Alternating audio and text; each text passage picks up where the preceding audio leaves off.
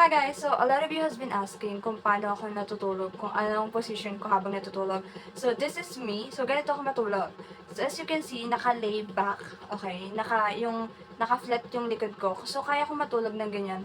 However, the thing is, my right leg, which is yung may disability ko, or yung naoperahan kong hips banda, or yung balakang, kailangan lagi lang siyang nakaganto. Ayun, so, lagi lang siyang halangan, lagi lang siyang nakaganyan, lagi lang siyang nakataas. Kasi mas comfortable ako kapag ganitong feeling. Kapag ibababa ko siya, like hindi ko siya nai-straight. Unlike dito, tingnan nyo dito, naka-straight siya, diba? Etong isa hindi siya nai-straight kasi mag-iiba yung form ng katawan ko. Kapag binababa ko siya, etong katawan ko, tataas siya. As you can see, ganyan. So, magiging ganyan yung katawan ko. Right. Ganyan.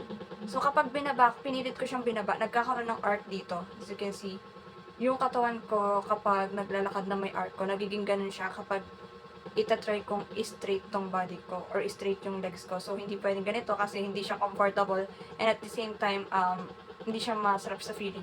So, ibabalik ko siya. Ayan. So, as you can see, bumalik na siya. Naging straight na ulit. So, ganito lang ako matulog. And, eto guys, hindi siya pwedeng biglang masasangge. Like, for example, kung sa sahig ako matutulog, tapos may maglalakad, biglang masasangge, sasakit siya. Kasi, basta sasakit siya, masyado siyang vulnerable, ganun. So, sa sideways, kaya ko din naman mag-sideways yung nakatagilid, ganyan. So, hindi ko napapakita, basta kaya ko yon.